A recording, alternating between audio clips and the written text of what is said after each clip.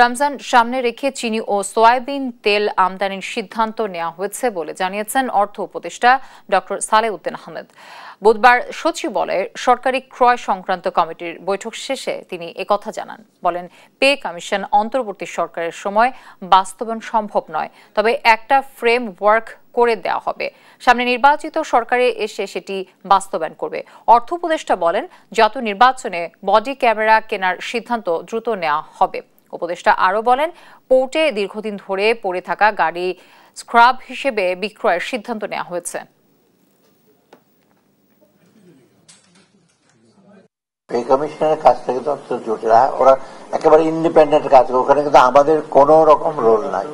আমাদের সময় এটা করতে পারবো কিনা এটা কিছুটা আনসার্টেনটি, কারণ এটা আবার এই 3টা রিপোর্ট দেখে ওটাকে আবার কি বলে রিকনসাইল করতে হবে। রিকনসাইল করার পরে অ্যাডমিনিস্ট্রেটিভ কতগুলো প্রসেস আছে।